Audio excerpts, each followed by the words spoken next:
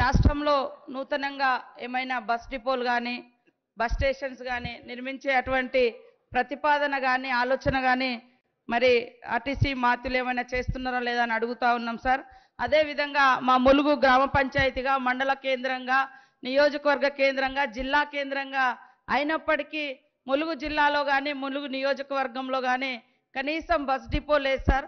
అదేవిధంగా bus station కూడా చాలా శిథిలావస్థలో ఉంది.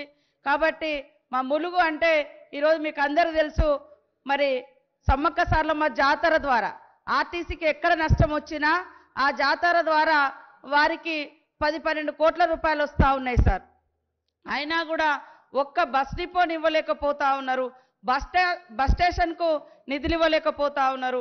మా ములుగు నియోజకవర్గం కానీ ములుగు జిల్లా కానీ మరి టూరిజంగా కూడా ప్రఖ్యాతిగాంస్తా ఉంది.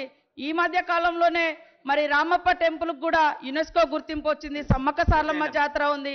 మీరందరూ ఎక్కడికో టూరిజానికి గోవాకు పోకుండా మా లక్నవరాన్ని సందర్శించండి. చాలా అద్భుతమైనటువంటి అటవీ పర్యాటక కేంద్రంగా ఉంది. ములుగు జిల్లాలోనే బొగతా వాటర్ ఫాల్స్ ఉన్నాయి. గోదావరి పరివాహక ప్రాంతం కూడా 100 కిలోమీటర్లు ములుగులోనే ఉంది. మంచి అటవీ సంపద కూడా ములుగులోనే ఉంది. అలాంటి ప్రాంతంలో కనీసం బస్సులు రాక ప్రజలు ఇబ్బంది పడతా ఉన్నారు. మారుమూల గూడాలు, తండలు, పల్లెలు.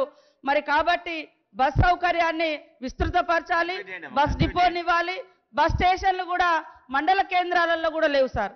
మంగపేట కానీ కన్నాయిగూడెం కానీ గోవిందరాపేట కానీ వెంకటాపురం కానీ పాకాల కొత్తగూడ కానీ ఇలాంటి మండల కేంద్రాల్లో బస్ స్టాండ్ లేక ప్రయాణికులు ఇబ్బంది పడతా ఉన్నారు. కాబట్టి దయచేసి ఇవన్నీ కూడా ఈ శాసనసభ ద్వారా మా మంత్రి గారు శాంక్షన్ ఇవ్వాలని ఈ సందర్భంగా కోరుతా ఉన్నాం సార్.